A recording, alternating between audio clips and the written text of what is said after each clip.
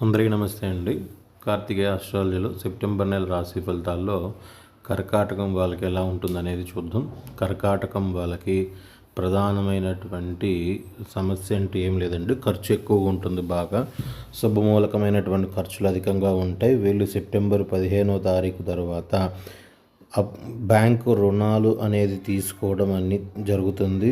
తీసుకుని దాని నుంచి భూమి అనేది కొనడానికి అవకాశం ఉంది. సెప్టెంబర్ 15వ తారీఖు తర్వాత వీళ్ళు చేసేటటువంటి ప్రధానమైన సమస్య అప్పు చేయటం లేదా డబ్బులు ఎక్కువ ఖర్చు పెట్టడం శుభమూలకంగా అనేది జరుగుతుంది. రేపు సెప్టెంబర్ 15వ తారీఖు తర్వాత ఏదైనా భూమి అనేది అన్ఎక్స్పెక్టెడ్గా మీరు కొనే అవకాశం ఉంది.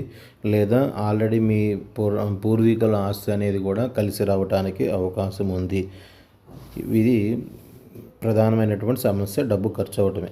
నెక్స్ట్, అష్టమంలో రాహు ఉన్నాడు కాబట్టి కర్కాటక రాశి వాళ్ళకి అష్టమంలో అంటే మీ భార్య తరపు బంధువుల నుంచి మీకు ఏదైనటువంటి ఆస్తి రావాలన్నా కూడా కలిసి వచ్చే అవకాశం ఉంది. లేదంటే అత్తగారి తరపు నుంచి కొన్ని ఇబ్బందులు ఎదుర్కొనే అవకాశం ఉంది. అయితే ఆస్తి అన్నా వస్తుంది లేదా ఇబ్బందులన్నా ఎదుర్కొంటారండి అత్తగారింటి వైపు నుంచి. ఇదే ప్రధానమైనటువంటి సమస్య. సో కర్కాటక రాశి వాళ్ళు ఖర్చులు తగ్గించుకుంటే బాగుంటుందండి. వీళ్ళు మరీ ముఖ్యంగా సెప్టెంబర్ 15వ తారీఖు తర్వాత వీళ్ళు ప్రధానంగా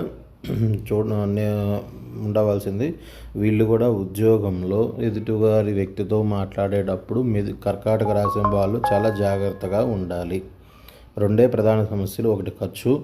రేపు సెప్టెంబర్ 15వ తారీఖు తర్వాత ఎదుటి వాళ్ళతో మాట్లాడేటప్పుడు తోటి ఉద్యోగస్తులు చేసే వృత్తి వ్యాపారాల్లో చాలా జాగ్రత్తగా మాట్లాడాలి.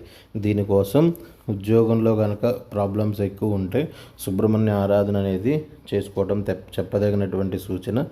లేదు శుభమూలకంగా ఖర్చులు కంట్రోల్ చేయలేకపోతున్నాము, ఎక్కువగా ఉన్నాయి అనుకుంటే శివారాధన చేసుకోవడం మంచిది. మీకు ఈ వీడియో కనుక నచ్చితే లైక్ చేయండి, సబ్స్క్రైబ్ చేయండి. ధన్యవాదాలు.